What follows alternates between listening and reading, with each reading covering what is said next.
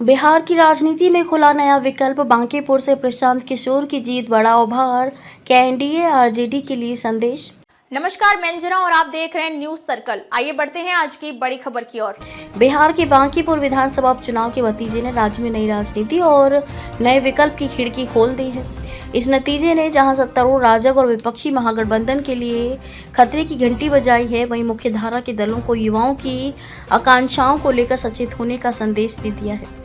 नतीजे बताते हैं कि इस चुनाव में न सिर्फ राजग का आंकड़ा अति पिछड़ा, बल्कि राजद का मुस्लिम यादव समीकरण भी औंधे मुंह गिरा है। यहाँ तक कि भाजपा उम्मीदवार अपने बूथ पर भी पीछे रहा।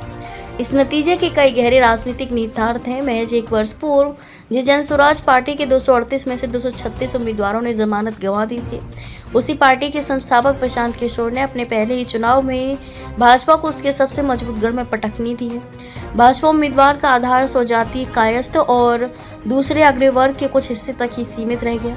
वहीं राजद के वोट बैंक में आई 30,000 वोटों की कमी बताता है कि उसके मूल यादव मुस्लिम मतदाता ने इस बार उससे दूरी बरत ली। बांकीपुर उपचुनाव के नतीजे ने बीते 2 दशक से भी अधिक समय से चली आ रही राजग बनाम राजद केंद्रित राजनीति के लिए भी खतरे की घंटी बजाई है।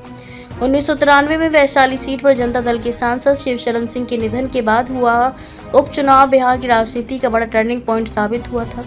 इसमें बिहार पीपल्स पार्टी की लवली आनंद ने सत्ताधारी जनता दल की किशोरी सिन्हा को पटखनी दी। जीत से उत्साहित आनंद मोहन ने 1995 के विधानसभा चुनाव में 259 सीटों पर उम्मीदवार उतार दिए। इससे सत्ता विरोधी वोट बटे, जिसका सीधा लाभ लालू प्रसाद और जनता दल को मिला और उसकी सत्ता में वापसी आसान हो गई।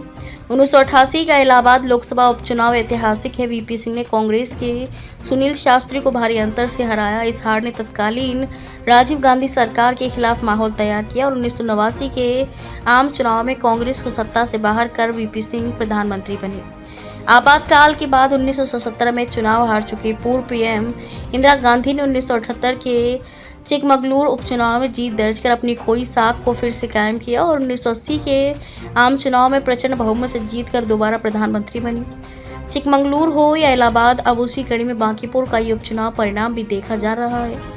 भाजपा के लिए ये हार सिर्फ एक सीट गंवाने तक सीमित नहीं है, बल्कि शहरी और पारंपरिक वोट बैंक में संभावित सेंध का संकेत भी है। बांकीपुर उपचुनाव में भाजपा की हार के बाद पार्टी के राष्ट्रीय अध्यक्ष नितिन नवीन ने कहा कि भाजपा जनादेश का सम्मान करती है और बांकीपुर तथा दतिया के नतीजों पर गंभीरता से आत्ममंथन करेगी।